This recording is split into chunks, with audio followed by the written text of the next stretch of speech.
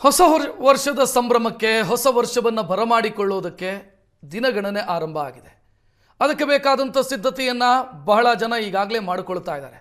ನಾನು ಆಗಲೇ ಹೇಳಿದೆ, ಇತ್ತೀಚಿನ ದಿನಗಳಲ್ಲಿ ಬೆಂಗಳೂರು ಮೋಸ್ಟ್ ಹ್ಯಾಪನಿಂಗ್ ಪ್ಲೇಸ್ ಆಗಿತ್ತು ಪಾರ್ಟಿ ಪ್ರಿಯರ ಪಾಲಿಗೆ ಹೊಸ ವರ್ಷದ ದಿನ. ಆದರೆ ಈ ಬಾರಿ ಅದಕ್ಕೆ ಅವಕಾಶ ಸಿಗುತ್ತಾ ಅನ್ನುವಂಥ ಒಂದು ಪ್ರಶ್ನೆ ಮೂಡ್ತಾ ಇದೆ. ಹೊಸ ವರ್ಷದ ಸಂಭ್ರಮಾಚರಣೆಯ ಮೇಲೆ ಎರಡೆರಡು ಕರಿನೆರಳು ಬಿದ್ದಿದೆ. ಒಂದು ಚಿನ್ನಸ್ವಾಮಿ ಕಾಲ್ತುಳಿತದ ಘಟನೆ, ಮತ್ತೊಂದು ದೆಹಲಿ ಬಾಂಬ್ ಬ್ಲಾಸ್ಟ್. ಇದಾದ ಬೆನ್ನಿಗೆ ಅಷ್ಟು ದೊಡ್ಡ ಸಂಖ್ಯೆಯಲ್ಲಿ ಜನ ಸೇರಿ ಸಂಭ್ರಮಾಚರಣೆಗೆ ಅವಕಾಶವನ್ನು ಮಾಡಿಕೊಡಬೇಕಾ ಅನ್ನುವಂಥ ಪ್ರಶ್ನೆ.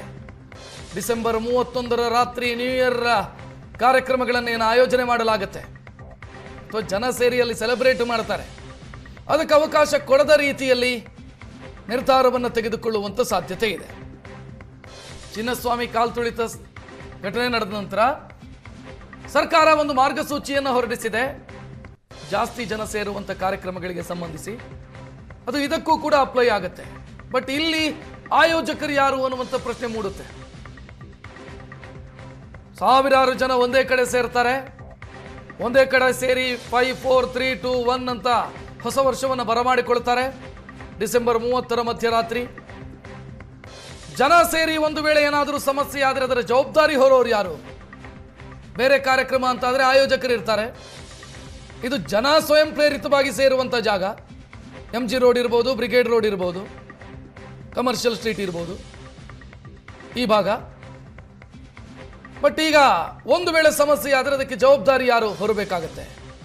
ಸೊ ಇದ್ರ ಸಾಹಸನೇ ಬೇಡ, ಅವಕಾಶ ಕೊಡದಿದ್ರೇ ಬೆಟರು ಅನ್ನೋ ಯೋಚನೆಯೊಂದು ಪೊಲೀಸ್ ಇಲಾಖೆಯ ಮಟ್ಟದಲ್ಲಿದೆ.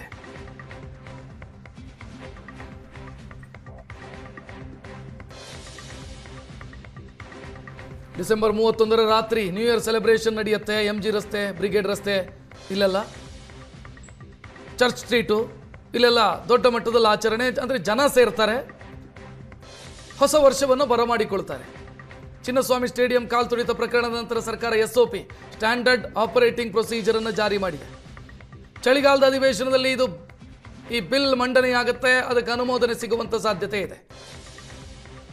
ಆ ಬಿಲ್ ಏನು ಹೇಳುತ್ತೆ ಅಂತಂದರೆ, ವಿಧೇಯಕ ಏನು ಹೇಳುತ್ತೆ ಅಂತಂದರೆ, ಕಾರ್ಯಕ್ರಮ ನಡೆದು ಕಾರ್ಯಕ್ರಮದಲ್ಲಿ ಏನಾದರೂ ಸಮಸ್ಯೆ ಆದರೆ ಆಯೋಜಕರೇ ಜವಾಬ್ದಾರಿಯನ್ನು ಹೊರಬೇಕಾಗತ್ತೆ ಅನ್ನೋದು ಮತ್ತು ಆಯೋಜಕರನ್ನು ಜೈಲಿಗೆ ಕಳಿಸುವಂಥ ಪ್ರಸ್ತಾಪವೂ ಕೂಡ ಇದೆ. ಹಾಗಿದ್ರೆ ಈ ಕಾರ್ಯಕ್ರಮ ಕಳೆದ ವರ್ಷದ ವಿಜುವಲ್ಸ್ ಇದು ನೀವು ನೋಡ್ತಾ ಇರೋದು. ಈ ರೀತಿ ಕಾರ್ಯಕ್ರಮಗಳಾದಂಥ ಸಂದರ್ಭದಲ್ಲಿ ಅದರ ಆಯೋಜಕರು ಯಾರು?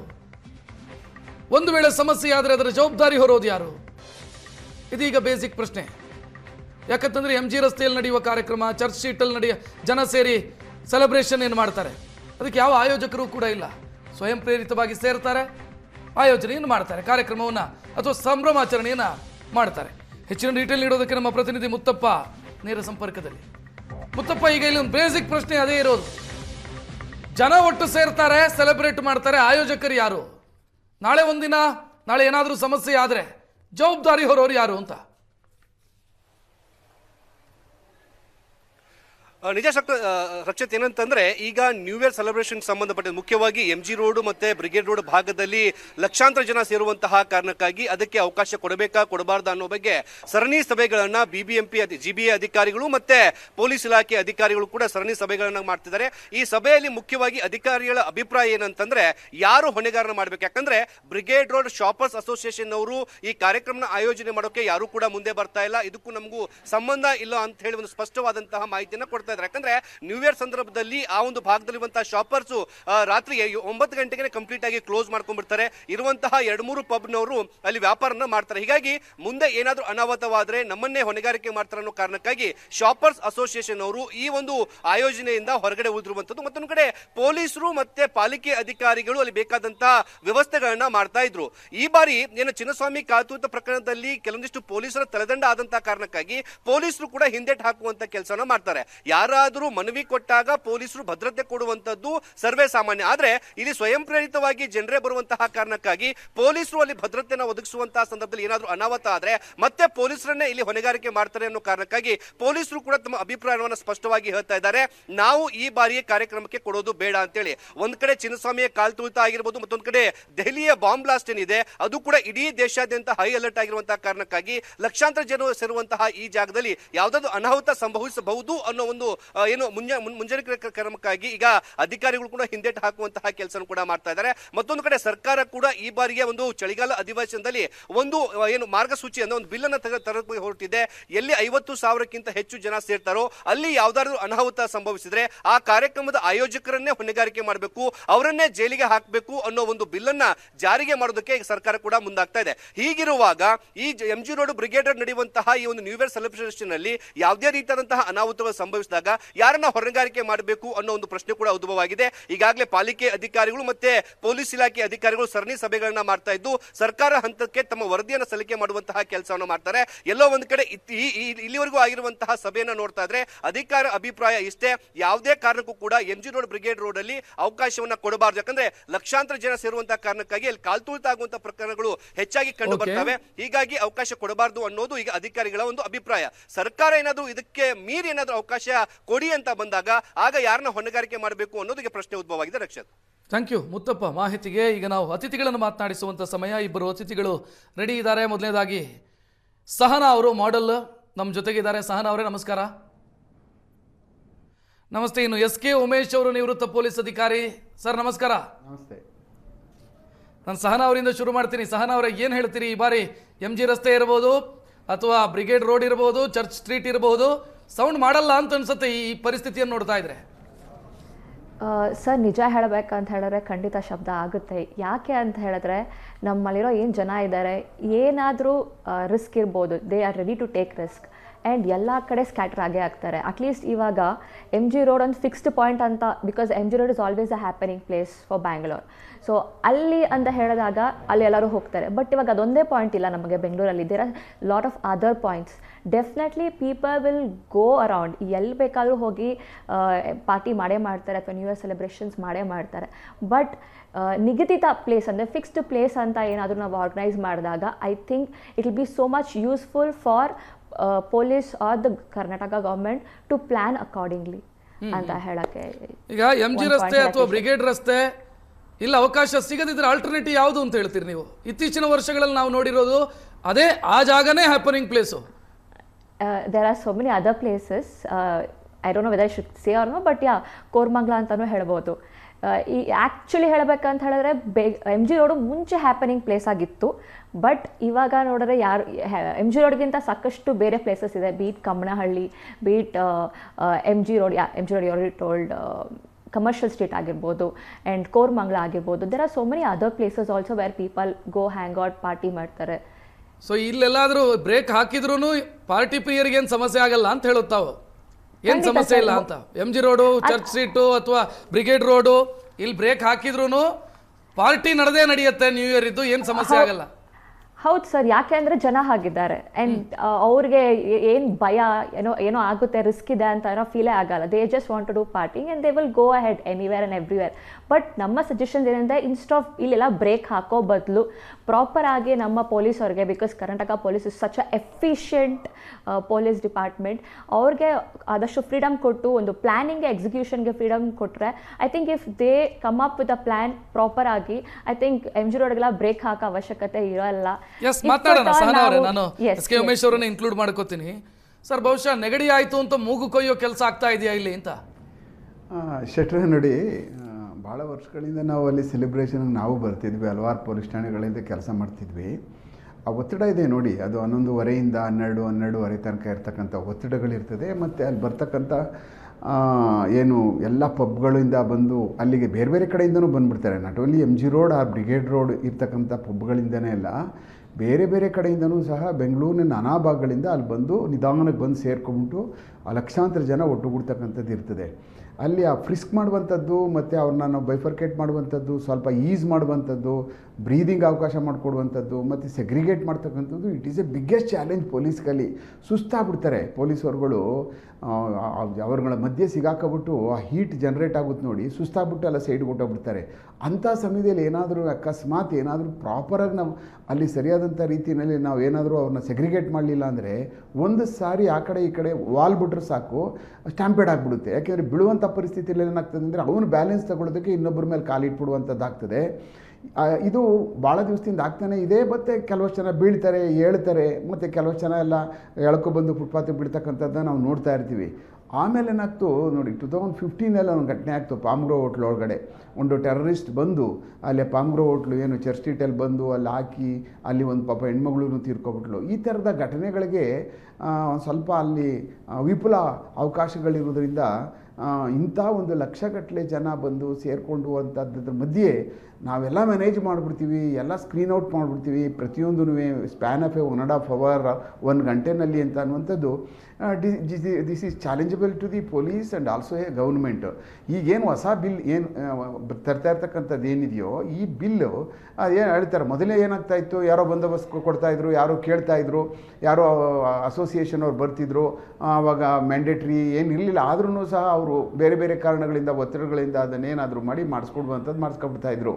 ಆದರೆ ಈಗ ಆಗಲ್ಲ. ಈಗ ಬಿಲ್ ಒಂದು ಸಾರಿ ಬಂದ ತಕ್ಷಣವೇ ಅದು 50,000 ಒಳಗಡೆನೇ ಇರಬೇಕು, ಅದು ಆಗದೇ ಇರೋ ಕೆಲಸ. ಎಲ್ಲೂ ಸಹ ನೋಡಿ ಮಿನಿಮಮಲ್ಲಿ 1.5 ಇಂದ 2 ಲಕ್ಷ 1.5 ಲಕ್ಷ ಮೇಲ್ಪಟ್ಟು ಸೇರ್ತಾರೆ ಇದರಲ್ಲಿ ಚರ್ಚ್ ಸ್ಟ್ರೀಟ್ ನಮ್ಮ ಜಂಕ್ಷನ್ ಒಳಗಡೆ ಬ್ರಿಗೇಡ್ ರೋಡ್ ಕಾವೇರಿ ಎಂಪೋರಿಯಂ ಹತ್ರ.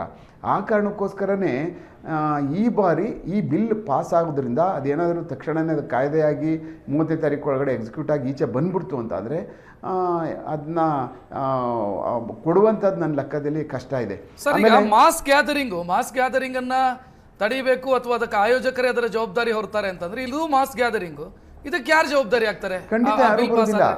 ಮೊದಲಾದರೆ ಅಸೋಸಿಯೇಷನ್ ಅವ್ರು ಬರ್ತಿದ್ರು, ಕೊಡ್ತಾಯಿದ್ರು, ನಾವು ಬಂದೋಬಸ್ತ್ಗಳು ಕೊಡ್ತಿದ್ವಿ, ಪೊಲೀಸರುಗಳು ಬಂದೋಬಸ್ತ್ ಕರ್ತವ್ಯ ಮಾಡ್ತಾಯಿದ್ರು, ಮತ್ತು ಅದಕ್ಕೆ ಆದಂಥ CCTVಗಳು ಬೇರೆ ಬೇರೆ ಪರಿಕರಗಳನ್ನ ಯೂಸ್ ಮಾಡಿಕೊಂಡು ಮಾನಿಟ್ರ್ ಮಾಡ್ತಕ್ಕಂಥ ಸೆಕ್ಯೂರಿಟಿ ಮಾನಿಟ್ರ್ ಮಾಡ್ತಕ್ಕಂಥ ಕೆಲಸ ನಡೀತಾ ಇತ್ತು.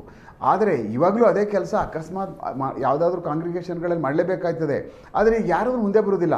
ಈ ಥರ ಬಿಲ್ಗಳು ಬಂದಾಗ ನಾಳೆ ದಿವಸ ನೀವೇ ಜವಾಬ್ದಾರಿ ಆಗ್ತೀರಪ್ಪ, ನಾಳೆ ದಿವಸ ಹೆಚ್ಚು ಕಡಿಮೆ ಆದ್ರಿ ಅಂತ ಅಂದ್ಬಿಟ್ಟು ಅಯ್ಯೋ ನಮಗಾಗದೇ ಇರೋರು ಏನಾದ್ರು ಕಿರಿಕಿರಿ ಮಾಡಿ ಆಮೇಲೆ ನಮ್ಮನ್ನು ಜೈಲಿಗೆ ಕಳಿಸ್ಬಿಟ್ಟಾರಪ್ಪ ಅಂತ ಎಲ್ಲ ಹಿಂದೆ ಹೊಡೆದು ಬಿಡ್ತಾರೆ. ಆ ಕಾರಣಕ್ಕೋಸ್ಕರನೇ ಯಾರೂ ಜವಾಬ್ದಾರಿ ತಗೊಂಡು ನಾವಿದ್ದೀವಿ, ನಾವು ನೋಡ್ಕೊಳ್ತೀವಿ, ಏನಾದರೂ ಪರವಾಗಿಲ್ಲ, ನಾವು ಕಾನ್ಸಿಕ್ವೆನ್ಸ್ ಫೇಸ್ ಮಾಡ್ತೀವಿ ಅಂತ ಅನ್ನುವಂಥದ್ದು ಮುಂದೆ ಬರ್ತಕ್ಕಂಥವ್ರು ನನ್ನ ಲೆಕ್ಕದಲ್ಲಿ ಭಾಳ ಅತ್ಯಂತ ವಿರಳ. ಈ ಬಿಲ್ಲು ಬೇಕಾಗಿತ್ತು. ಭಾಳ ವರ್ಷಗಳಿಂದನೂ ಸಹ ಈ ಥರ ಯಾರೂ ಬೆಕ್ಕೆ ಗಂಟೆ ಕಟ್ತಕ್ಕಂಥ ಕೆಲಸನೇ ಮಾಡ್ತಾ ಇರಲಿಲ್ಲ. ಯಾರನ್ನ ನಾವು ಗುರುತರವಾದಂಥ ಜವಾಬ್ದಾರಿ ಹೊರ್ಸೋಕೋದ್ರೆ ನಾನಲ್ಲ ಅಂತ ಹೊಟ್ಟೋಗ್ಬಿಡ್ತಿದ್ರು. ಅದಕ್ಕೇನು ಯಾರೂ ಅಕೌಂಟಬಿಲಿಟಿನೇ ಗೊತ್ತಾಗ್ತಾ ಇರಲಿಲ್ಲ. ಎಲ್ಲಾದರೂ ಕಾಂಗ್ರಿಗೇಷನ್ ಆಗಿ ಈ ಥರದ್ದು ಏನಾದ್ರು ಆದಾಗ ಹಲವಾರು ಕಡೆ ದೇವಸ್ಥಾನಗಳಲ್ಲಿ ಇದು ಆಗಿಬಿಡ್ತದೆ. ಹಲವಾರು ಕಡೆ ಬೇರೆ ಏನಾದರೂ ಸೀರೆಗಳು ಊಟಗಳು ಅದು ಇದು ಹೊಂಚ್ತಾ ಇರ್ಬೇಕಂತ ಸ್ಟ್ಯಾಂಪೇಡ್ ಆಗಿಬಿಡ್ತವೆ. ಇದೆಲ್ಲ ಭಾಳ ಪಾಪ ಅಮಾಯಕರುಗಳೇ ಸಾಯುವಂಥವ್ರಲ್ಲಿ, ಯಾರು ಇವರು ಸ್ಥಿತಿವಂತರಲ್ಲಿ ಹೋಗಲ್ರು ಸಹ ಭಾಳ ಇಂಥವರೇ ಹೋಗಿ ಸಿಗಾಕಬಿಡ್ತಾರೆ. ಆ ಕಾರಣಕ್ಕೋಸ್ಕರನೇ ಈಗಾಗಲೇ ನಾವು ಏನು ಚಿನ್ನಸ್ವಾಮಿ ಸ್ಟೇಡಿಯಮ್ದು ಸ್ಟ್ಯಾಂಪೇಡ್ ನಾವು ದುರಂತವನ್ನು ನಾವು ಕಣ್ಣಾರೆ ಇನ್ನೂ ಸಹ ಮುರುಳು ಕಳಿಸ್ತಾನೇ ಇದೆ. ಅದು ಯಾಗಾಯಿತು ಅಂತ ಪಾಪ ಯಾಕೆ ಸತ್ರು ಅಂತ ಅಂದ್ಬಿಟ್ಟು ಅಂತ ನಾವು ಅಲ್ಲಿ ಹೆಣ್ಮಕ್ಳುಗಳು ಯಾವ ಮಟ್ಟಕ್ಕೆ ಕಚ್ತಾ ಇದ್ರು ತಂತಿ ಬೇಲಿ ಮೇಲೆ, ಮುಳ್ಳಿನ ಬೇಲಿ ಅಂತ ಈಗಲೂ ಸಹ ವಿಜುವಲ್ಗಳು ನೋಡಿದ್ರೆ ನಮ್ಮ ಮೈಯೆಲ್ಲ ಜುಮ್ ಅನ್ನುತ್ತೆ. ಆ ಕಾರಣಕ್ಕೋಸ್ಕರನೇ ಈ 31st ಏನಿದೆಯಲ್ಲ, ಈ ಒಂದು ಹೊಸ ವರ್ಷ ಆಚರಣೆನ ಭಾಳ ವಿಜೃಂಭಣೆಯಿಂದ ಮಾಡದೇ ಇರೋ ಒಂದು ಮೇಡಮ್ ಹೇಳ್ತಾಯಿದ್ರು, ಬೇರೆ ಬೇರೆ ಕಡೆ ಎಲ್ಲ ಕಾಂಗ್ರಿಗೇಷನ್ಗಳಿರ್ತವೆ, ಬೇರೆ ಬೇರೆ ಬೆಂಗಳೂರು ನಗರದಲ್ಲಿ ಹಲವಾರು ಕಡೆ ಎಲ್ಲ ಕ್ಲಬ್ಗಳಿರ್ತವೆ, ರನ್ ಆಗ್ತಾ ಇರ್ತವೆ. ಅಲ್ಲೆಲ್ಲ ಭಾಳ ಕಮ್ಮಿ ಸಂಖ್ಯೆಯಲ್ಲಿ ಇರ್ತಾರೆ, 1000, 1,500, 2,000, 3,000 ಜನ. ಅಲ್ಲಿ ಪೊಲೀಸ್ ಬಂದೋಬಸ್ತ್ ಕೊಟ್ಟಿರ್ತಾರೆ. ಅಂಥದ್ದು ಆಮೇಲೆ ನಾನಾ ಕಡೆ ಸೇರ್ಕೊಂಡಾಗ ಏನಾಗುತ್ತೆ ಅಂತಂದರೆ ತೊಂದರೆನೂ ಆಗೋಲ್ಲ. ಇಲ್ಲಾಂದರೆ ಇಲ್ಲಿ ಒಟ್ಟಿಗೆ ಖಾಲಿ ಮಾಡಿದ ತಕ್ಷಣ ಏನಾಗ್ತದೆ ಅಂದರೆ ಭಾಳ ಸ್ಪೀಡಲ್ಲಿ 2 ವೀಲರ್ಗಳು ಹೋಗ್ತಕ್ಕಂಥದ್ದು, ಫುಟ್ಪಾತ್ಗಳು ಕೂತ್ಕೊಳ್ತಕ್ಕಂಥದ್ದು, ಆಕ್ಸಿಡೆಂಟ್ಗಳು ಮಾಡ್ತಕ್ಕಂಥದ್ದು ಸಿಕ್ಕಾಪಟ್ಟೆ ಆಗ್ತಕ್ಕಂಥದ್ದು ಆಗ್ತದೆ. MG ರೋಡು ಯಾವಾಗ ಅಲ್ಲಿ ನಾವು ಅವ್ರನ್ನ ಚದುರಿಸಿದ್ರೋ ಆ ಸಮಯದಲ್ಲಿ ನಾವೆಲ್ಲ ರಸ್ತೆಯಲ್ಲಿ ಇರ್ತೀವಿ ಪೂರ್ತಿ. ಎಷ್ಟು ಜನ ಅಕಸ್ಮಾತ್ ಯಾರು ಬಿದ್ದರೆ ಎತ್ತು ಹಾಸ್ಪಿಟ್ಲಿಗೆ ಕಳಿಸ್ಬೇಕು, ಅವ್ರಿಗೆ ಸಮಾಧಾನ ಮಾಡಬೇಕು, ಇದೆಲ್ಲಕ್ಕೋಸ್ಕರ ಅದು ಅಲರ್ಟ್ ಇರ್ತೀವಿ 1 hour, 1.5 ಗಂಟೆ, 2 ಗಂಟೆ. ಆ ಕಾರಣಕ್ಕೆ ಇದು ಏನು ನಿರ್ಧಾರ, ಈ ಕಾನೂನು ಎಷ್ಟು ಮಟ್ಟಿಗೆ ಇದು ಈಗ ಅದು ಅದರ ಪರವಾಗಿ ನಿಲ್ತದೆ, ಸೆಕ್ಯೂರಿಟಿ ಪರವಾಗಿ ನಿಲ್ತದೆ ಅಂತ ಅನ್ನುವಂಥದ್ದು ನನ್ನ ಲೆಕ್ಕದಲ್ಲಿ ದಿಸ್ ಈಸ್ ಏನು. ಸಹನಾ ಅವರೇ ತಾವು ಹೇಳಿದ್ರಿ, ಒಂದೇ ನಿಮಿಷ ಸರ್, ಉಮೇಶ್ ಸರ್, ತಾವು ಹೇಳಿದ್ರಿ ಬೇರೆ ಆಲ್ಟರ್ನೇಟಿವ್ ಜಾಗಗಳು ಕೂಡ ಇದಾವೆ ಬೆಂಗಳೂರಲ್ಲಿ ಅಂತ. ಬಟ್ ಸೆಲೆಬ್ರೇಷನ್ ಐಡೆಂಟಿಟಿ ಅನ್ನೋ ರೀತಿಯಲ್ಲಿ ಇತ್ತು ಎಂ ಜಿ ರೋಡ್ ನಲ್ಲಿ ನಡೆಯುವಂತ ಸೆಲೆಬ್ರೇಷನ್. ಹೌದು. ಅಂದ್ರೆ ಹೊಸ ವರ್ಷದ ಸೆಲೆಬ್ರೇಷನ್ ಐಡೆಂಟಿಟಿ ಅನ್ನೋ ರೀತಿಯಲ್ಲಿ ಇತ್ತು. ಹೌದು. ಈ ಬಾರಿ ಅವಕಾಶ ಸಿಗದಿದ್ರೆ ಏನಾಗತ್ತೆ ಅಂತ ಹೇಳ್ತಿರ್ತಾವ್, ಏನ್ ಪರಿಣಾಮ ಬೀರಬಹುದು ಅಂತ? So if it all if ಹೋಗ್ಲೇಬಾರ್ದು ಅಂದರೆ ಜನ ಯಾರು ಹೊರಗೆ ಹೋಗಬಾರ್ದು. ಯಾಕೆ ಅಂತ ಹೇಳ್ತಿದ್ರು ಅಂದರೆ, ಇವಾಗ ಸರ್ ಇಷ್ಟೊತ್ತು ಹೇಳ್ತಿದ್ರು, ಖಂಡಿತ ಅವ್ರಿಗೆ ತುಂಬ ಎಕ್ಸ್ಪೀರಿಯನ್ಸ್ ಇದೆ, ವಾಟ್ ಎವರ್ ಈ spoke is absolutely right 100%. But ಇವಾಗ ಆ ಒಂದು ಪಾಯಿಂಟು ಇಲ್ಲ ಅಂತ ಹೇಳಿದಾಗ ಜನ ಆಬ್ವಿಯಸ್ಲಿ ಬೇರೆ ಪಾಯಿಂಟ್ಗೆ ಹೋಗ್ತಾರೆ, ವಿಚ್ ಇಸ್ ಅನ್ಪ್ಲ್ಯಾನ್ಡ್. ಇವಾಗ ಅವ್ರು ಅನ್ಪ್ಲ್ಯಾನ್ಡ್ ಸ್ಪಾಟ್ಸ್ಗೆ ಜನ ಹೋಗ್ತಿದ್ದಾರೆ. ಸೊ ಜಸ್ಟ್ ಲೈಕ್ ದಿಸ್, ಇವಾಗ ಯಾರಾದರೂ ಒಂದು ಬೇರೆ ಕಡೆ ಏನೋ ಪ್ಲ್ಯಾನ್ ಆಗ್ತಿದೆ, ಬೇರೆ ಕಡೆ ಒಂದು ಪ್ಲೇಸ್ ಇದೆ ಅಂತ ಗೊತ್ತಾದರೆ ಇಮ್ಮಿಡಿಯೇಟಾಗಿ ಎಲ್ಲರಿಗೂ ಸರ್ಕ್ಯುಲೇಟ್ ಆಗಿಬಿಡುತ್ತೆ, ಎಲ್ಲರಿಗೂ ಗೊತ್ತಾಗುತ್ತೆ. ಸೊ ಎಲ್ಲರ ಒಂದೇ ಜಾಗಕ್ಕೆ ರಶ್ ಮಾಡ್ತಾರೆ. ರೀಸೆಂಟಾಗಿ ಯಾವುದೋ ಒಂದು ಹೋಟ್ಲು ಅಷ್ಟೇ, ಅವ್ರ ಆ್ಯನಿವರ್ಸರಿ ಅಂತ ಹೇಳ್ಬಿಟ್ಟು ತುಂಬ ಕಡಿಮೆಗೆ ಏನೋ ಎಲ್ಲ ಆಲ್ಕೋಹಾಲ್ಸ್ ಕೊಡ್ತಿದ್ದಾರೆ ಅಂತ ಹೇಳಿದ ತಕ್ಷಣ ಎಷ್ಟು ಜನ ಸಾಗರನೇ ಇತ್ತು. ಸೊ ಇದೆಲ್ಲ ಹೇಗೆ ಸ್ಪ್ರೆಡ್ ಆಗ್ತಿದೆ. So it's not that only M G road block ಮಾಡಿಬಿಟ್ರೆ ಇದು ನಿಂತೋಗುತ್ತೆ ಅಂತಲ್ಲ. ಅಫ್ಕೋರ್ಸ್ ಸರ್ ಹೇಳ್ತಿರೋದು ನಿಜ, ಬಟ್ ಖಂಡಿತ ಜನ ಇನ್ನೊಂದು ಪಾಯಿಂಟ್ ಹುಡ್ಕೊಂಡು ಹೋಗ್ತಾರೆ where it is unplanned. At least M G ರೋಡಲ್ಲಿ ಮಾಡಿದ್ರೆ ಇಟ್ ಈಸ್ ಸಮಥಿಂಗ್ ಪ್ಲ್ಯಾನ್ಡ್. ಇಷ್ಟು ವರ್ಷಗಳಿಂದ ಇರೋದ್ರಿಂದ ಅದ್ರಲ್ಲಿ ಏನೋ ಒಂದು ಹೀಗೆ ನಡೆಯುತ್ತೆ, ಇಷ್ಟೇ ಜನ ಬರ್ತಾರೆ, ಇಷ್ಟೇ ಫ್ಲೋ ಇರುತ್ತೆ, ಇವೆಲ್ಲದ ಒಂದು ನಾಲೆಜ್ ಇರುತ್ತೆ. ಬಟ್ ಅನ್ಪ್ಲ್ಯಾನ್ಡ್ ಜಾಗಕ್ಕೆ ಇಷ್ಟು ಜನ ಹೋದಾಗ it will definitely be a risk ಅಂತ ಹೇಳಕ್ಕೆ. ಎಸ್ ಕೆ ಉಮೇಶ್ ಸರ್, ಸಮಸ್ಯೆ ಎಂ ಜಿ ರೋಡಲ್ಲಿ ನಾವು ಅದನ್ನು ಸರಿ ಮಾಡ್ತೀವಿ ಅಂತ ಹೊರಟ್ರೆ ಮತ್ತೊಂದು ಕಡೆಗೆ ಸಮಸ್ಯೆ ಮೂವ್ ಆಗುತ್ತಷ್ಟೇ. ಹೌದು ಹೌದು. ಏನಾಗುತ್ತೆ ಶೆಟ್ರೆ, ಸ್ಕ್ಯಾಟರ್ ಆಗ್ತಾರೆ, ಸ್ಕ್ಯಾಟರ್ ಆಗೋದಿಲ್ಲ ಅಂತ ಅನ್ನೋಂಗಿಲ್ಲ. ಆಮೇಲೆ ಏನಾಗುತ್ತೆ ಅಂತಂದರೆ, ಅವ್ರು ಎಲ್ಲಿ ಒಂದು ಕಡೆ ಅನ್ಪ್ಲಾನ್ ಪ್ಲೇಸ್ಗೆ ಹೋಗ್ತಾರೆ ನೋಡಿ, ಅಲ್ಲಿ ನಮಗೂ ಮಾಹಿತಿಗಳು ಬರ್ತಾ ಇರ್ತದೆ, ಅಲ್ಲಿ ಯಾವ ಜಾಗಗಳು ಸೇರ್ತಾರೆ ಅಂತ ಅನ್ನುವಂಥದ್ದು ಸೇರಿಸ್ಕೋಬೇಕಲ್ಲ, ಅಲ್ಲೂ ಅವ್ರ ಜವಾಬ್ದಾರಿಗಳಿರ್ತದೆ. ಇಷ್ಟು ಜನ ಸೇರಿಸ್ಕೊತಾ ಇದ್ದೀವಿ, ನಾಳೆ ಅಂದರೆ ಹೆಚ್ಚು ಕಡಿಮೆ ಆಗ್ತದೆ ಅಂತೇಳಿ ಅವರು ಇನ್ಫಾರ್ಮೇಷನ್ನ ಪೊಲೀಸ್ಗೆ ಕೊಡ್ತಾರೆ. ನಮ್ಮಲ್ಲಿ ಹೀಗೆ ಬರ್ತಾರೆ, ಇಷ್ಟು ಜನ ಬರ್ತಾರೆ. ಯಾಕೆಂದರೆ ಅವರು ಆರ್ಗನೈಸ್ ಮಾಡ್ಕೊಂಡಿರೋದ್ರಿಂದ ಅವ್ರದ್ದೇ ಆದಂಥ ಸೆಕ್ಯೂರಿಟಿ ವ್ಯವಸ್ಥೆಗಳಿರ್ತದೆ, ಮತ್ತು ಜೊತೆಯಲ್ಲಿ ಪೊಲೀಸರು ತೊಗೊಂಡಿರ್ತಾರೆ.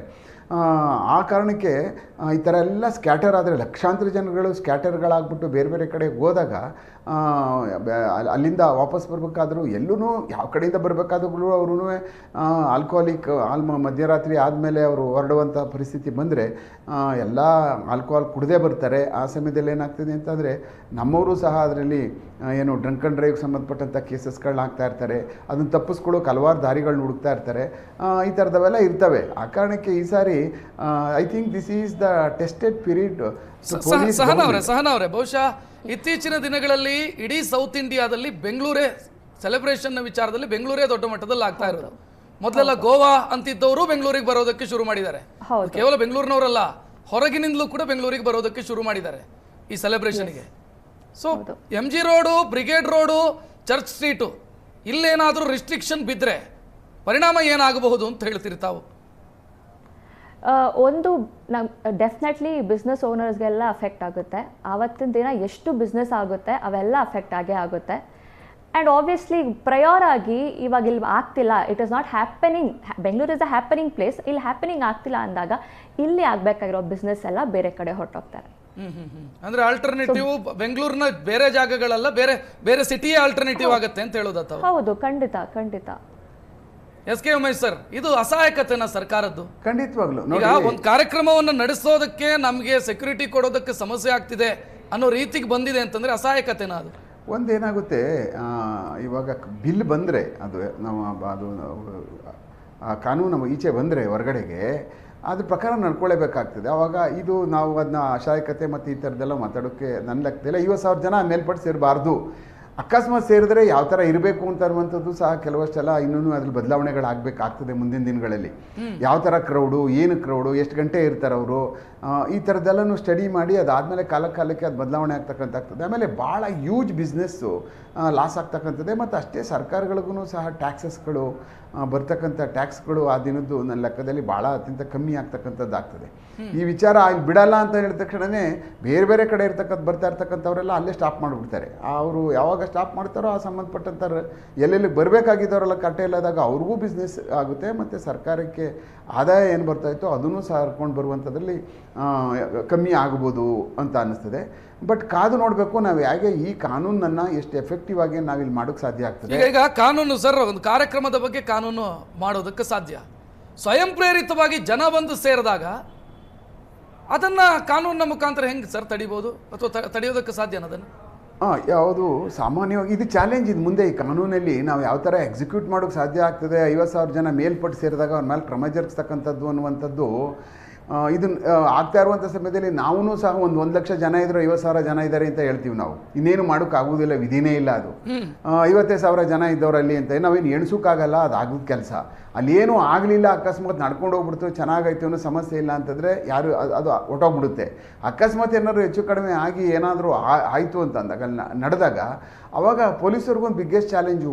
ಇಷ್ಟು ಜನ ಇದ್ದಾರೆ, ಯಾರೂ ಸಹ ನಾವು ನಡೆಸ್ತೀವಿ ಅಂತೇಳಿ ಅಂತ ಯಾರೂ ಬಂದು ಮುಂದೆ ಬಂದಿಲ್ಲ, ಯಾರೂ ಜವಾಬ್ದಾರಿ ತಗೊಂಡಿಲ್ಲ. ಈಗ ಪೊಲೀಸವ್ರದೇ ನಮ್ಮದೇ ಜವಾಬ್ದಾರಿ ಅಂತ ಅಂದಾಗ ಆ ಒಂದು ನಿಲುವಿದೆ ನೋಡಿ. ಆ ಸಮಯದಲ್ಲಿ ಪೊಲೀಸರುಗಳು ಏನು ಆ್ಯಕ್ಟ್ ಮಾಡಬೇಕು, ಇಲ್ಲ ಕಳಿಸ್ಬೇಕಾ, ಸೇರಿಸಬಾರ್ದಾ, ಇಲ್ಲ 50,000 1,00,000 ಹೆಚ್ಚು ಕಡಿಮೆ ಇದ್ದಾರೆ ಮಾಡ್ಕೊಂಡು ಮುಗಿಸ್ಕೊಂಡು ಹೋಗ್ಬಿಡ್ಲಿ ಅಂತ ಅನ್ನುವಂಥದ್ದು ಒಂದು ಚಾಲೆಂಜ್ ಇರ್ತದಲ್ಲ ಆ ಸಮಯ. ಅದು ನನ್ನ ಲೆಕ್ಕದಲ್ಲಿ ಭಾಳ ಕ್ರುಷಿಯಲ್ ಟೈಮ್ ಫಾರ್ ಪೊಲೀಸಿಂಗು. ಮಾತಾಡೋಣ ಸರ್, ನನಗೊಂದು ಚಿಕ್ಕ ಬ್ರೇಕ್ನ ಸಮಯ. ಅಂದರೆ ಆಯೋಜಕರು ಯಾಕೆ ಮುಂದೆ ಬರ್ತಾರಲ್ಲ, ಅಷ್ಟೊಂದು ಅಪಾಯಕಾರಿ ಕಾರ್ಯಕ್ರಮನ ಇದು. ಆಯೋಜಕರು ಮುಂದೆ ಬರೋದಕ್ಕೆ ಅಷ್ಟು ಹಿಂದೆ ಮುಂದೆ ನೋಡೋದಕ್ಕೆ ಏನು ಕಾರಣ? ಮಾತಾಡೋಣ ಬ್ರೇಕ್ನ ನಂತರ.